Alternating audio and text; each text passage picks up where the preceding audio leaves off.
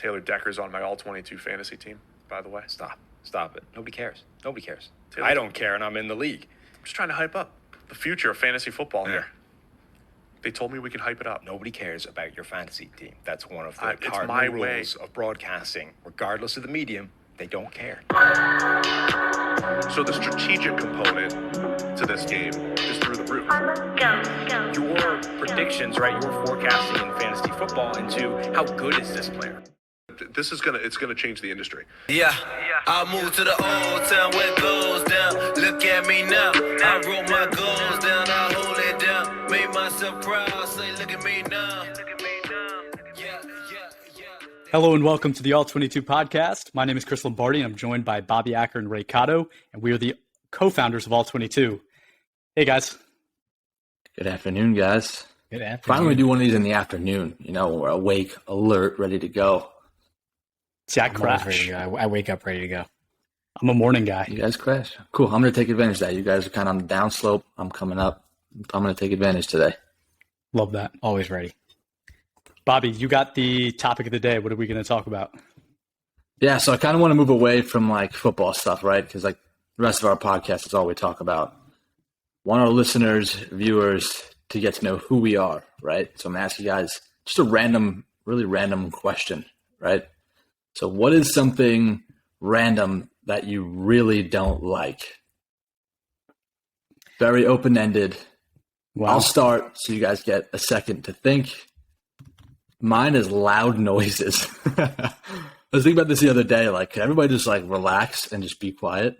You know? Like, I just hate loud. It just disturbs me. Remember in our building, Chris, we'd hear like the fire alarms throughout the whole building. How unsettling that was. Just ruins my vibe, man. Everybody just be quiet. There's a big play that happens. You're at a game. Those are really loud it's noises different. happening. If I'm also loud, it's fine. But if I'm just like minding my own business and you're just being loud. So you can never be the visiting fan at a college football game. Yeah, no, because if they're loud, then something bad happened to my team. So yeah, Let me ask you, because my niece has like a thing where like she'll wake up, right? If there's like one loud noise, she wakes up. But if it's consistently loud, no problem. Is that the same for you? Like, is it consistent noise is okay? It's just like one loud noise, or no, just loud I'll start by saying like I can sleep through anything. I can sleep through anything. But like, no, if it's a consistent one, like our fire alarm, yeah, no, it's a no-go for me. Ray, do you have your answer? You guys gonna answer with yours? You know, car dealerships. You know, it's just like, dude, it's a car. These are there's thousands of them. This is what it costs. Like, why do I got to go back and forth? Why do I got to do that? Why can't I just be like, here's the car I want, and I want, you know, this, and this as features or whatever, and that comes out to this. Why the hell do I got to negotiate and like, okay, how much is this guy, you know, taking off the top? And I don't want to do that. I don't want to do that. Can you imagine like smaller purchases having the same sort of like process? Like you go in for a shirt and there's like, yeah, let me just talk to my manager about like selling you this shirt. You know, I'll be right back. Yeah. It'd be awful. It'd be awful. Ray, are you going to try Carvana? The cars do this. Carvana. Is that a thing where I don't do that? Yeah. It's our sponsor today. We'll make that up. Okay. Sponsor what today is stopped me from Carvana. taking that? Being like, hey, here's the price on this thing, you know, on this page, right?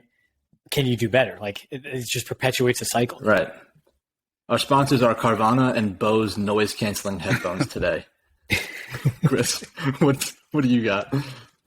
Yeah, wow. I'm definitely unprepared, but I was going to say something about my wife, but I don't know how that's going to like land. Wow. Oh my God. Wow. So all right, let me preface. Just say mayonnaise and let's be done with this. I love mayonnaise. So do you know like how people with like ADD and ADHD like have trouble concentrating when there's too much going on around them? I have like the exact opposite, where like I am laser focused all the time, but like when there's too many things going on around me, like I really don't like it. My wife is the complete opposite. So like if she's folding laundry, she has music playing, she has the TV on, and she's talking to me, and I can't stand it. So like mine is like when I'm doing something, in chaos. She thrives in chaos, and I'm like an assassin. Like when I know what I'm doing, I just like lock in and I just do it.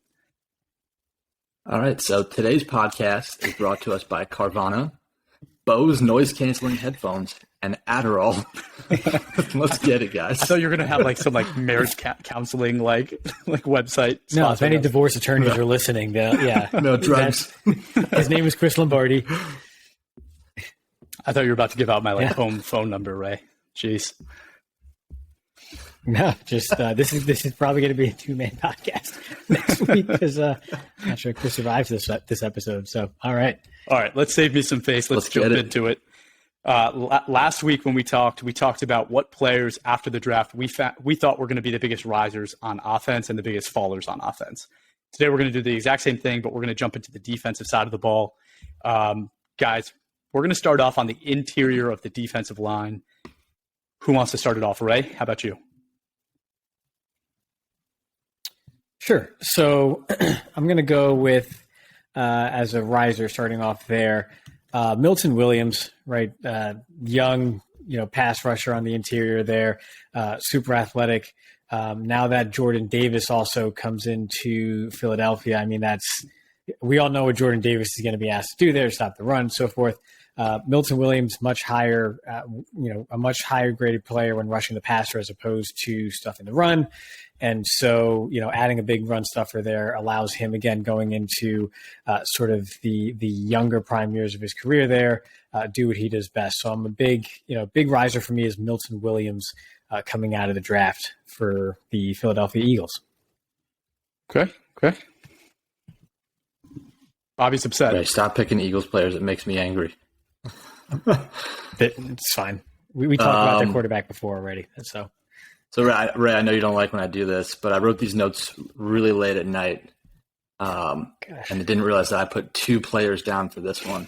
And I'm not going to say one because they're both really good. Okay, so first one's Kenny Clark. Packers go with Devontae Wyatt in the first round to go right next to Kenny Clark. That's scary as hell, right? And now think about the fact that Rashawn Gary has become – he's kind of in the conversation of an elite pass rusher at this point. So that front in Green Bay is pretty scary, and I think Kenny Clark benefits from it. In the running, I think he is. Come on, in the running. Okay, just keep going, Bob. I'm just prepared to get like fried in the comments, so I'm trying to not have too harsh of a take. Let him fry me. You say this Rashawn Gary's elite, you get fried. So if anybody fries us in the comments, Chris, you're addressing those, not me. I'll take it. Other guy is Travis Jones. Travis Jones gets drafted by Baltimore, right? And now he gets to line up next to Calais Campbell and Michael Pierce. I think that's really good room for him to sit in and learn. I think he should be following around Calais Campbell with a notebook, both how to manage himself on the field and off the field. On the outside, 2 young pass rushers in Odafe Owe and Tyus Bowser. I think that's a pretty scary front. And again, just like Kenny Clark benefits from it, I think Travis Jones benefits from this defensive front in Baltimore. I like it. I'm just upset that you didn't say Rashawn Gary was elite. Kenny Clark's elite too, so we can say both of them are elite. You're not going to get fried. Just be confident in yourself. My guy is. I'm very confident. I'm not like you, Chris. I don't like debating and arguing with people the way you do. I can see that getting heated, and I don't want to go there. I feel like you're in the wrong industry. That's what. Just get ready for a different type of lifestyle. Yeah. All right. So mine is a guy that last year before the draft I was super excited about. I remember listening to Austin Gale's podcast, and he was talking about Levi Onwuzurike a whole bunch, and he was a guy that I was really excited about. Watched a bunch of his film this past year, and he was kind of alone on an island there in Detroit. He graded out in the 50s and 60s for most of the year, and it was definitely a disappointment. But I think when you insert what was my number one prospect in Aiden Hutchinson, they actually went to the edge again in the second round. So you get 2 edge rushers coming off of both sides, opening up a world of opportunity for Levi. I'm definitely up on him. Let me ask you, Chris, how do you say his name? I'm not going to say it twice for sure. I'm definitely not saying it twice. I don't know how to say it either. I just know that you don't know how to say it. Levi Onwuzurike. I think I'm close. Ray, how did I There you do? go. That was No, sick, dude. that's fine. That's all. You just say with some you were just talking about Bobby. Have some confidence, Chris. Have some confidence in how you say Levi Onwuzurike. That's all. You know? I'll always be confident in my opinion, so that's for sure. If that's not the way to say it, it is now. Okay? Like, I right. refuse to say it any other way. Like Mika Parsons, Mika. We're moving on. Speaking of, let's go. Is Mika an edge rusher? Because we're going to go to edge rusher. Bobby, lead us off. Ray, lead us off here, please. All right. Surprisingly, I'm going Greg Rousseau. And it's just because of the secondary help that really Buffalo added. They really bolstered the back half of their defense. I was not high on Rousseau at all, going into last year's draft. I think he surprised, at least me with his performance as a pass rusher and how well he graded there. He does have obviously another year of development now, and you're assuming better back end performance from the Bills defense there, giving him more time to close in and finish on some of those pass rush wins that he's racking up. So yeah, surprisingly, never thought I would say this 12 months ago, but I'm going Greg Rousseau as a riser. And because I didn't like him 12 months ago, I don't have him on a single one of my all-22 teams. So I've got that going for me. Wow. Why was that a surprise to you? Because he just looked stiff and not at all like a great pass rusher on tape, despite racking up sacks in college. But, he didn't play that COVID season in college. So I guess when he sort of went into his little hyperbolic time chamber there and trained for the NFL that last year, he came out a much better rusher than he was going in. So props to Rousseau. Yeah, definitely. Like a bucket list purchase of mine in life is a hyperbaric chamber. Be sick. Aren't they like? Yeah, I feel like I would have been in the insane? league if I had one of those. Like they cost like $1,000 Really a day expensive, yeah. to like run it though, too, not just like to buy. Oh, really? Yeah, like the amount of energy it uses is supposed to be like absurd. I think That's T.O. why has it's one. bucket list, dude. You don't. Just set your Set up a expectations. a little bit. GoFundMe on the All-22 Twitter page for the hyperbaric chamber if anyone Chris. wants to contribute. Appreciate your time out of my life twice in this episode. This is great. You got it, man. I'm taking notes over here. Yeah. All right, I'm going next. I am ready to go if you want. If you want me to go. No, Oh, you're going absolutely next? not. Okay. Yeah, you can wait now. I'm going Josh Allen. So I feel like this one was actually a really easy choice. They drafted Trayvon Walker with the number 1 overall pick. I don't really see him as like the number 1 disruptor on that defense. I think that's still Josh Allen. Josh Allen's the guy that gets in the backfield consistently. He already was grading pretty well on a pretty beat up and bad Jaguars defense. Insert Josh Allen. You have insert Trayvon Walker. You get Devin Lloyd. And I think Josh Allen really is going to just take off this year. Bobby, now you can go. I think the right answer to this, and there's a right answer, is Trey Hendrickson. Ooh. Trey Hendrickson now goes another year in that defensive system, a system where he's clearly very comfortable. Never had the benefit of any coverage sacks or anything like that. So now you see the Bengals invest in their secondary. They bring back Eli Apple, which isn't that great. But then they add in, two rookies in the first and second round. I think Trey Hendrickson only stands to benefit from those additions. And yeah, long run, that's my edge rusher on all 22 for sure. That's my guy right there. Just hyping That is up the a right college, answer to this question. hyping up a college buddy. I see what you're doing there. Oh yeah, man. Nobody else is going to do it. Ray's not going to do it. I feel like I've been nothing but supportive. Never mispronounced his name on purpose, But that's fine. That's fine. You can have this. That's fair. All right, I'm going to start off linebacker. I'm going with an answer that I'm honestly not too excited to talk about. But when we talk about risers, right, it doesn't have to be just the guy that's going from like 10 to 5 on our big board or even 5 to 2. Like it could also be the guy that's like maybe an undrafted guy that ends up becoming like maybe a round 30 pick. And that's who I have here with CJ Mosley. CJ on the Jets defense last year, coming off of like a bad injury, didn't really perform well. He now gets assistance in the DB room, more pass rushing ability on this team with both the addition of Tremaine Johnson and then who's the guy that was injured last year that they got from the Bengals? slipping on his name. Carl Lawson. Carl Lawson. So I just think that defense is going to be so much better in general, and CJ Mosley is going to end up being like the quarterback of that defense. I think his stock goes up big time. Right, take it. So I've got another one that is not necessarily starting out very high at all, and was a popular name very late in some startup drafts last season or heading into last season, and that's Patrick Queen. His grades have not been good, just quite frankly, sort of across the board. But he does grade pretty well as a pass rusher overall. I do think adding to the front there with Travis Jones, they did also get David Ajabo over there in Baltimore, and you have Kyle Hamilton on the back end there. So they've added a lot of great pieces to their defense. I do think the additions on the front there will free up the linebackers, which should, theoretically, again, improve that, those low grades against the run. And then again, with some added pieces there, if they can continue to be creative in using Patrick Queen in blitz situations as a rusher, I do anticipate, him still maintaining that high pass rush grade. And then in coverage, he also graded, again, just very low. We're talking in the 30s for the 2021 season. But he's got that ability. He's got that athleticism. He's still really young. So it's a bit of a gamble on some improvement there. But the pieces are in place to where it's essentially put up or shut up time for someone like Patrick Queen to make the most of his opportunity at this point. So I'm keeping a close eye on him. And if it doesn't really click for him now, I'm not sure it ever will.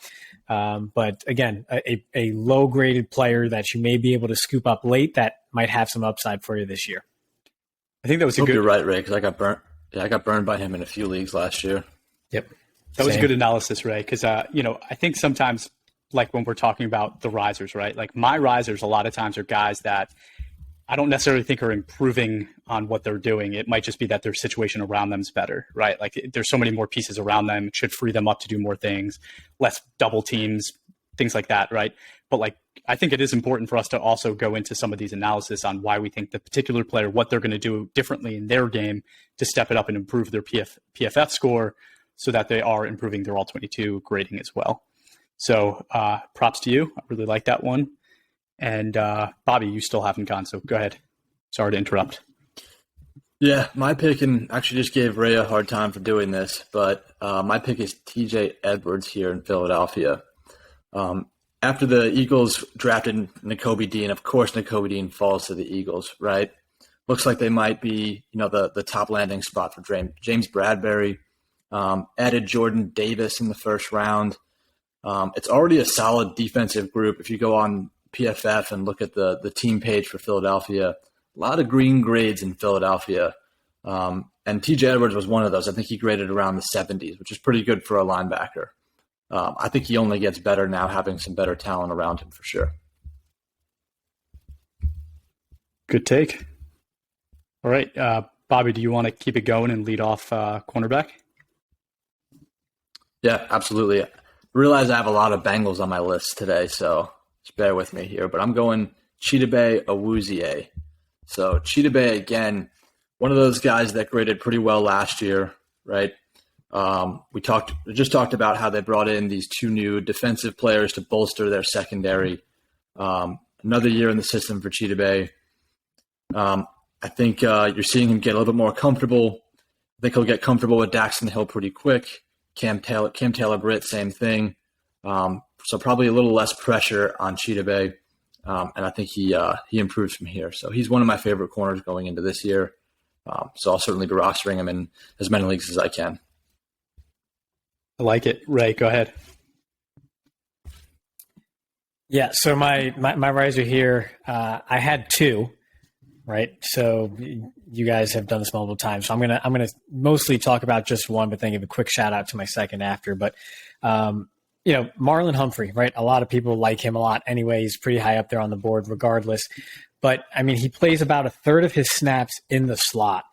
And with the additions that the Ravens made at safety there with Williams and then Hamilton in the draft, we all can attest to this, given our background playing the game. But when you're at corner and you know that you have a good safety behind you and you have help there, it just makes you play so much more comfortably. And that's just such a huge deal for any corner, especially one that's actually going to travel and not just, play and specialize on a certain side. So I think that's going to be a big boost to Marlon Humphrey. And then, just tangentially as well, they made a lot of moves, in that front too. So you would think they'd be seeing a bit more third and longs on defense, which are also pretty advantageous to corners there. So obviously already a pretty quality player there at corner, but I think his situation gets a lot better too. And we're going to see that show in his play and in his grades moving forward. Also, going to give a quick shout out to Ifeatu Melifonwu over in Detroit. You said earlier about how they added 2 pass rushers.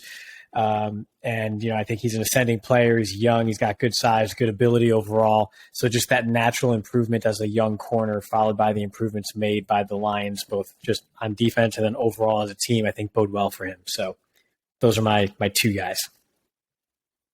For sure. I think the Marlon Humphrey one's a really good choice. I went with a New York Giant, Adoree Jackson. I think this is my last New York player. At least I hope so. But Adoree Jackson, I put him on this list before we found out about James Bradbury leaving. After the draft, I liked that they didn't go corner, and I thought that they were going to keep James Bradbury, which is why I thought Adoree Jackson would be a riser. I still think he's going to be a riser, but maybe not to the same extent. His job would have been much easier staying on number 2 receivers the whole time. But it's still a step in the right direction. Adoree, before his injuries in Tennessee, he graded out really well when he was young. I think he was a low 80s player in his rookie and sophomore season, and then he faced injury. In the Giants' first year, he did pretty well. He's an extremely fast player. He can stick to really anyone. You don't have to worry about him really getting burned. It's more just about technique and doing the little things right. I think, as he continues to age and get more experience under his belt, especially in New York with a pass rusher like Kayvon Thibodeau making things a little bit easier for him, I do think he's going to take the step to the next level. Hope you're right. I'm sure you do. With that, Bobby, go ahead, kick off safety. Yeah, safety. This will be one of my last picks with the Bengals, but I'm going Jesse Bates. We saw Jesse Bates, not this past season, but the season before, put up a 90 grade. Bit of a down year this year. Looked like he was playing in a secondary that really, obviously had some holes. Maybe was trying to play above his game, do a little bit more than he should. And I think that hurt his grade. But like I said before, now a couple times, adding Daxton Hill, adding Cam Taylor-Britt, Chidobe Awuzie another year in the system, Trey Hendrickson another year in the system. I think Jesse Bates can probably get back to somewhere around that 90 grade that we know he's capable. It's weird. If you look at his grades, it's almost like a pattern, right? He has a good year, a down year, a good year, a down year. And if the pattern is consistent and stays true, this should be a good year for Jesse Bates. So definitely wouldn't be discouraged by that 60 grade we saw last year. Definitely keep him on your roster, probably drafting him around the same spot in startup leagues as well. So with that, it's a big contract year, right? He's under the franchise tag. They haven't paid him yet. They haven't committed to him yet. Do you think that with a big year, he ends up staying in Cincinnati, or do you think he becomes too expensive and leaves? I hope so. I think he's clearly comfortable in that system. I think that's certainly what he's playing for. That's the goal with any of these players, right? Trying to stay in the same spot. I think if Cincinnati was smart, they'd extend him to a long-term deal. Cool. So I had a guy that, bounces off of what Ray said about Marlon Humphrey. I have Marcus Williams here. Marcus Williams leaves the Saints and goes to another really, really strong defense on the Ravens. That defensive backfield is now filled with veteran studs, and then the rookie addition of Kyle Hamilton, who many had as the top 3 prospect in the draft. I think it opens up. Ray was saying, it's going to allow him to just be more comfortable and be more aggressive, talking about Marlon Humphrey. I think the same thing happens with Marcus Williams, but it's also going to allow these guys to be much more aggressive too, right? There's going to be much more big play potential. I think the turnovers are going to come for that defense now. And I'm really excited about Marcus Williams because he's a guy that does everything really well. He defends the pass. He could be a center fielder, but even though he's not the biggest guy in the world, he plays the run, better than you'd expect. And he grades out well in both. Another guy I'm very excited about. Yeah, it sounds like it's a theme here, right? The the Ravens are a pretty good defense, and they're going to be a pretty good defense this year. So I've got Jordan Fuller for the Rams, entering his third year now. Steadily rising just as his overall grade from low 60s to 74. Last season, his coverage grade has improved as well, and then just the teams around him overall in that division, right? I mean, the Cardinals basically took a 12 gauge to their foot all offseason. You got the Hopkins suspension there too. San Francisco, not hearing the best of things out of that camp with Trey Lance, and who knows what's going to happen there with Jimmy G and so forth. And the Seahawks, we already know that's getting blown up now with no Russ. So the competition there twice a year has gotten much easier, along with the natural ascension that you see from a player like him who's just consistently improving overall, and was a really popular waiver wire ad in all 22 last year, especially in the second half of the year, as people really took notice of his performance overall. So Jordan Fuller, arrow pointing up there. We probably should have talked about that too. But that is huge news that apparently Jimmy G is still in consideration to be the starting quarterback, right, for the 49ers. It's got to make you a little bit... What does it say about Trey Lance, right? What does it say about John Lynch? Yeah. I thought you were going to say it's a conspiracy, Bobby, but no tinfoil hat today, guys. Any takes on that? I'm just waiting to see. I mean, it's like it's the dead time, right? Or it's about to be the dead time, right? We're about 2 weeks, out from the draft now.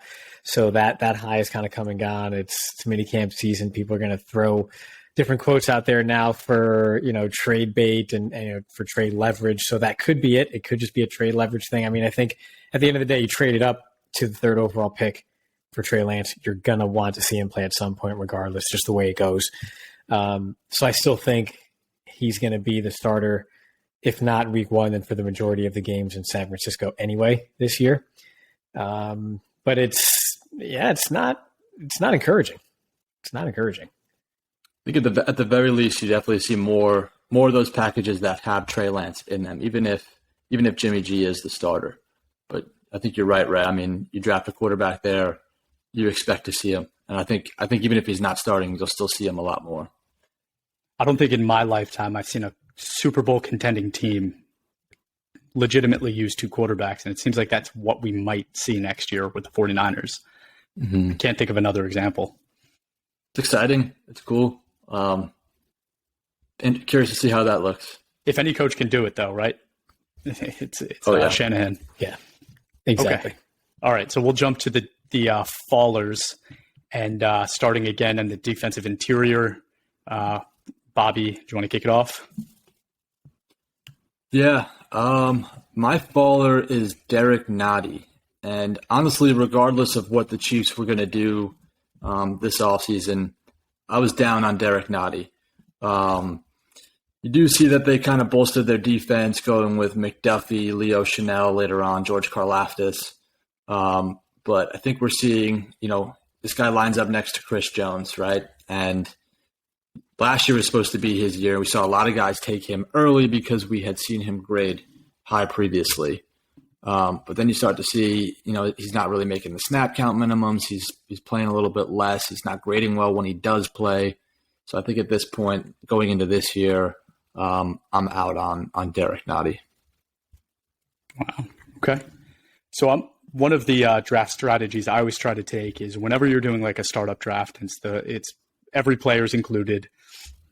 You want to try to get as many sure things as you can, right? Like, yes, you want to attack younger players that are studs, but those guys are limited. And, when you take rookies, you're going to end up missing on, potentially like 60, 70% of them.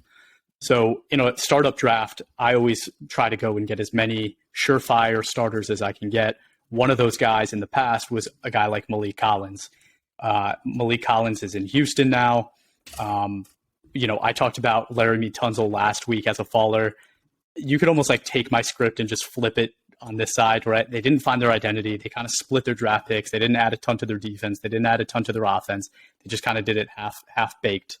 I think the same thing could be said here. I think Malik Collins is a guy that traditionally has graded really well, but on the Texans defense with not a lot of weapons around him, I wouldn't invest in him this year.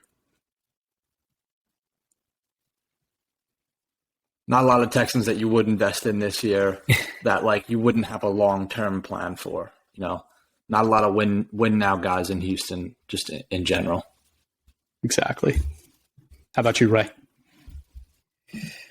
Yeah, I've got Daron Payne. It's pretty simple, right? The Commanders basically they drafted Fadarian Smith as his replacement.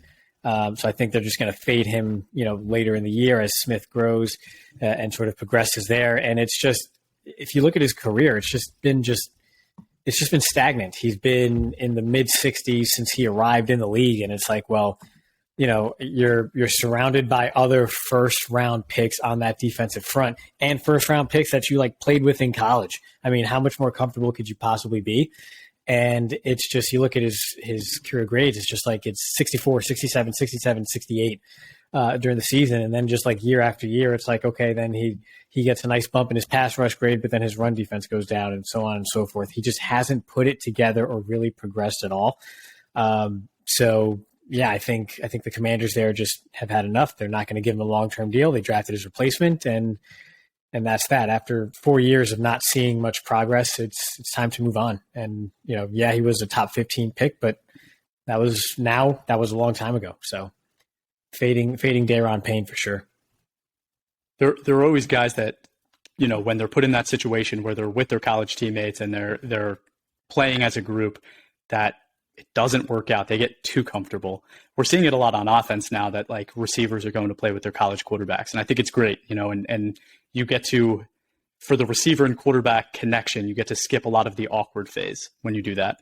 On the defensive side of the ball, I'm not sure it matters as much. And I don't know much about Daron Payne, but anybody that like might be a little bit of a personality, I don't know if I'd want that situation to continue. I think a fresh start is actually going to be to his benefit. Was he the one who, I think he was the one who got into a fight with Jonathan Allen on the sideline, I think, of the Cowboys game. Yeah. Jonathan Allen just punched him, if you remember that. So, I don't know. It's maybe the Commanders aren't the only ones that are sick of Daron Payne. I don't know. All right. I'm going to jump into the edge position with Marcus Davenport. Again, last week I talked a lot about why I didn't like the Saints. Kind of for the same reasons. They invested a lot in the offense and the defense just got older and they lost players. Marcus Davenport was a guy that they used 2 first-round picks to go get, right? He gets there and he had a really slow start to his career. He finally started to tick upwards, and now that defense loses a lot of its star power. I just don't see him being a guy that continues that growth pattern.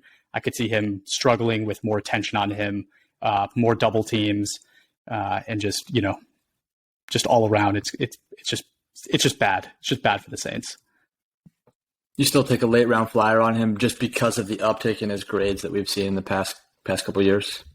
I think I do, more so just because how valuable the position is. If he was a safety, if he was a center, and I saw that uptick and now I'm seeing the situation, I'd probably say no.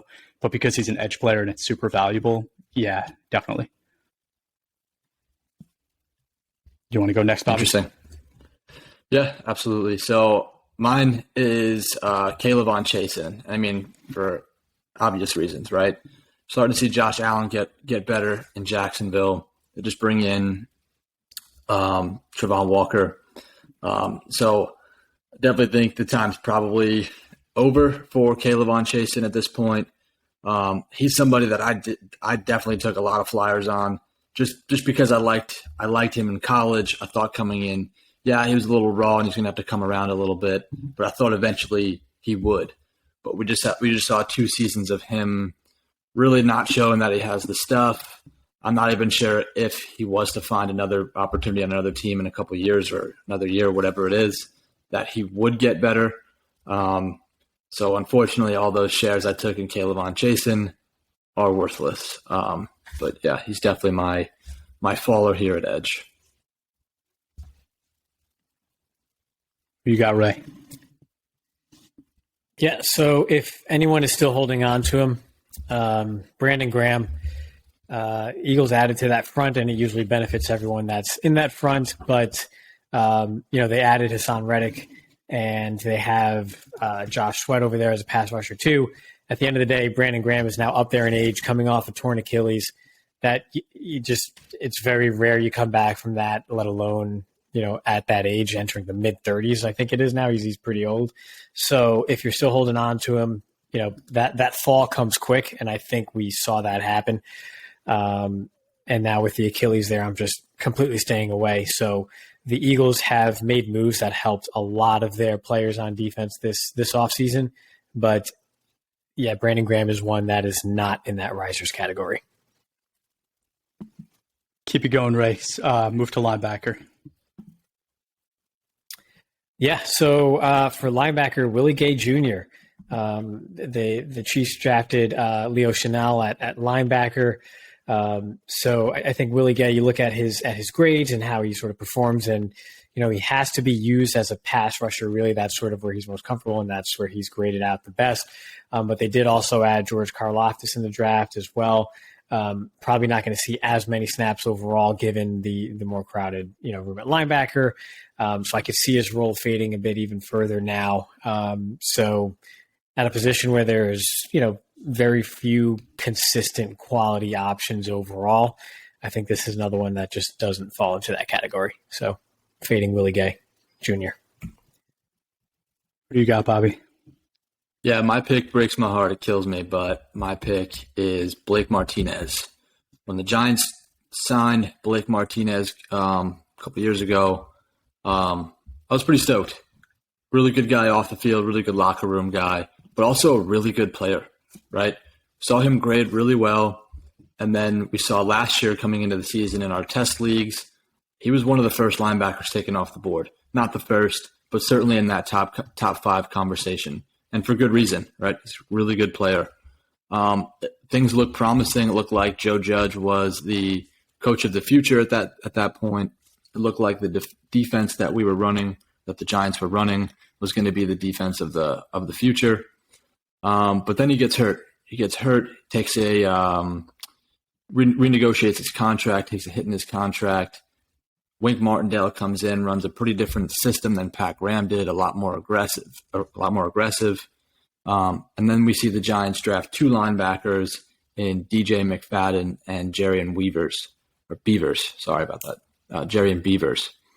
You look at these guys and what they're good at doing, and it looks like exactly the type of guy that Wink Martindale wants in his system. So I think, bringing in those two guys, I think that's only bad news for Blake Martinez. I still think he'll get use because he is a good player, so long as he comes back and he's healthy. But yeah, I definitely think it's a downwards trend for Blake Martinez, unfortunately. Blake Martinez, he was a Packer, and I watched a lot of Blake Martinez. He seems like he's a linebacker from the NFL of past. I hate to say that because he is a really good player, but it almost feels like his game doesn't match today's NFL as well as it did maybe 3, 4, 5 years ago. All right, I'm jumping to Anthony Walker on the Cleveland Browns. Walker is a guy that he actually won me some games last year, and he graded out pretty well. Him and JOK both did extremely well in pass coverage, something that I think the Browns lacked in previous years. The reason I have him as a faller this year is because if I asked you guys who are the guys in front of him on the Browns, who's filling the box on the Browns now, it's guys that you definitely wouldn't have thought. A few years ago, we were talking about the Browns, that they were the best defense. They had the best players. They had a bunch of first-round picks just littering the box. And now Myles Garrett is kind of the last guy there. And they have JOK still, but he's more of kind of like that safety linebacker hybrid role. Now it's Chase Winovich, it's Taven Bryan, and it's Jordan Elliott. Guys that, yes, you might recognize their names, but, Elliott is the 102nd ranked defensive interior in our system in past years. He had a 41.6 grade last year. Bryan had a 56.4. It's just, I think what happened in front of him is just going to be a mess. You're going to see guards and centers getting to the next level at ease, and that just isn't going to go well for Walker. Okay, let's jump to corner. Ray, you want to lead that off? Yeah, I actually didn't realize how many Eagles I had on my lists here, but I'm actually also going Darius Slay as a faller at corner. Yeah, the Eagles added to that defense and that front, but a lot of that was more so geared towards the run. They did add Hassan Reddick, but I mean, Hassan Reddick's a great player, but he's not exactly Myles Garrett. I just think more than anything, age is a factor here. He's now in his age 31 season, and most 31-year-olds aren't up for chasing around CeeDee Lamb and Terry McLaurin and now Jahan Dotson and Kadarius Toney and just around for 3 hours on a Sunday afternoon. There's still a lot of receiving threats in the NFC East. And if you look at his career, he had very high graded seasons through 2018. And then that's where the volatility of cornerback as a whole really started kicking in there and really didn't grade too well in 19 or 20. Had a nice bounce back season last year, played well, graded well. But to consistently do that as you really get into your 30s is very hard to do. Very few, if any, corners do that nowadays. So I think more than anything else, it's that age being a factor there with the threat of the competition that he faces in that division alone. I think the decline starts for Darius Slay, and a lot of times what players have to realize is when that decline starts, it comes quick. It's not a slow, gradual decline. It really is a cliff. So I'm staying away from Darius Slay. I'm sure even if they get Bradbury at some point this week. Yeah, that's not going to change it for me. It's not the fountain of youth. I'm sure the Eagles are praying that doesn't happen because they're probably looking at this year as like a potential Super Bowl year, and he's going to be a big part of that. No, it was a good pick. It was a good shades of 2011. But okay. So you're talking about a guy at the end of his career. I'm talking about a guy, unfortunately, at the beginning of his career, J.C. Horn. I hate saying that. Like, I hate putting a guy on here that's in his second year, coming off of an injury, who started off his career great, especially a guy that plays as hard as he does, like a hard-nosed player. But we talked about last week, teams finding their identity, and the Panthers just, I don't feel, did that. Like, it was okay. Obviously in the first round, a tackle fell to them. They had to take him. But you don't have a pick in the second round. In the third round, instead of adding to your defense and building on the identity that is your defense, you go ahead and take a quarterback that has some issues of his own and obviously doesn't help anybody on the other side of the ball. So, I think J.C. Horn's going to be asked to do a whole lot, and I just think that's going to be really hard for a guy coming off of a bad injury and off of his rookie season. Yeah, that's a tough path for him. Another guy, the guy on my list who also kind of had a tough path and probably self-inflicted, but this would be Eli Apple would be my faller at corner. He was never really a riser. So if you have him on your team, if you're that madman that's hoping and praying that he'll be the player that the Giants thought he would be, drafting him at the 10th overall pick, I'm sorry, but you're crazy. But he's on my list because he signed the 1-year deal in Cincinnati. Cincinnati brought in some other secondary help, and I think at this point, okay, even if Eli Apple does make it to the end of the season as a Bengal, I do think he's the odd man out this year. Probably gets limited playing time, and if he's on a roster next year, I'd be very surprised. Next year, meaning the year after the 23 season. So if you're holding on to Eli Apple, don't. Yeah, I wonder how many people, like, I hope we can do this for this year, but it'll be fun to know how many people, or the percentage of teams that have Eli Apple, the percentage of leagues that have a team with Eli Apple rostered. Yeah. A guy that's never graded over a 63. Mm-hmm. Yeah. I hope it's a very low percent. I think we've got some smart people that are playing all 22. Yeah, for sure. All right, so going to safety, I have Eddie Jackson on the Bears. Again, it kind of hurts me to name a guy that has had a great NFL career, but they bring in a new coaching group. They draft a safety and a corner in the first and second round, or second and third round, or something like that. And it just kind of seems like in with the new, out with the old. And Eddie Jackson could end up being one of those guys that they decide to move on from. Besides that, I just think that the Bears are in a really tough spot. It's another team that, they lost a lot of players. They're getting a lot younger, but that takes time. They lost the pass rusher Khalil Mack. So that just adds pressure to the DBs, and Eddie Jackson's gonna definitely hurt from that. Ray, you want to go next? Yeah. So next up, and I like this player. I like Nasir Adderley. He definitely improved last season, but he is entering the last year of his deal. And the Chargers there drafted J.T. Woods, who looks to be sort of their next guy up to pair with Derwin James. I know they have some versatile and flexible pieces in that defense, like to move guys around. But I think that was a signal that there's not a good chance for a long-term commitment there. So there's some uncertainty for his future.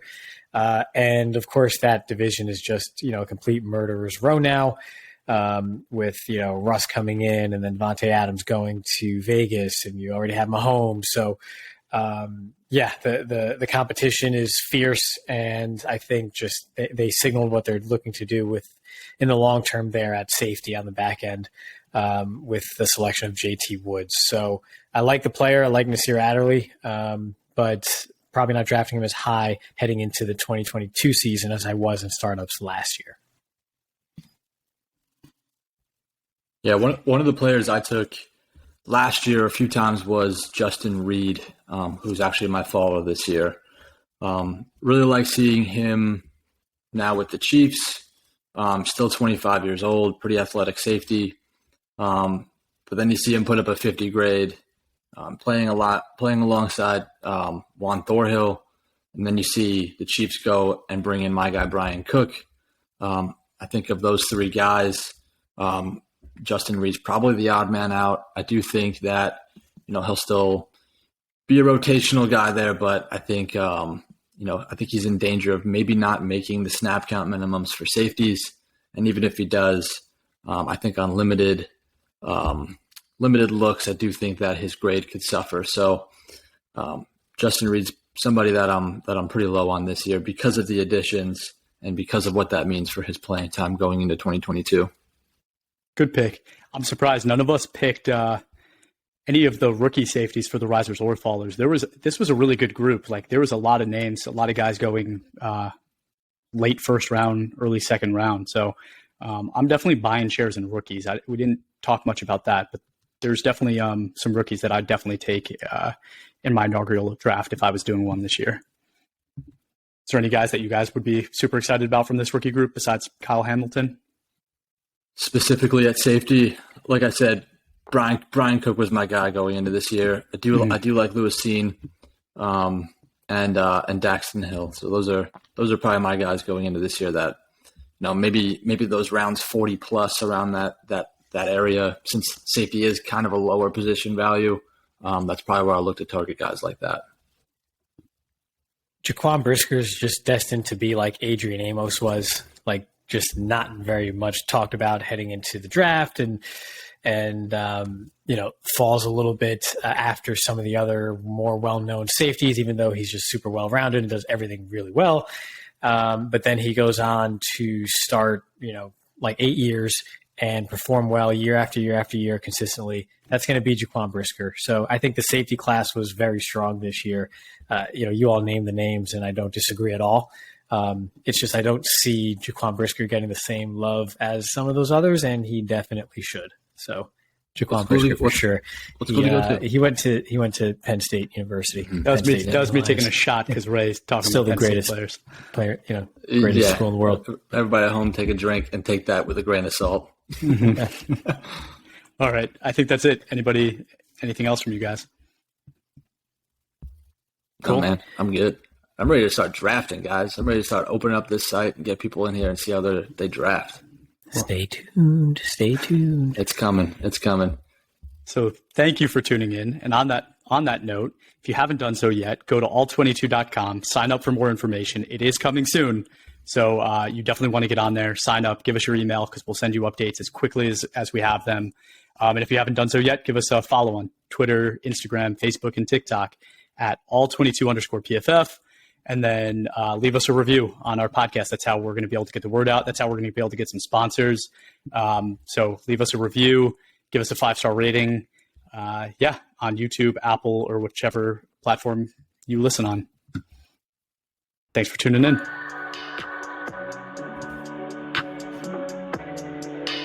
I'm a ghost.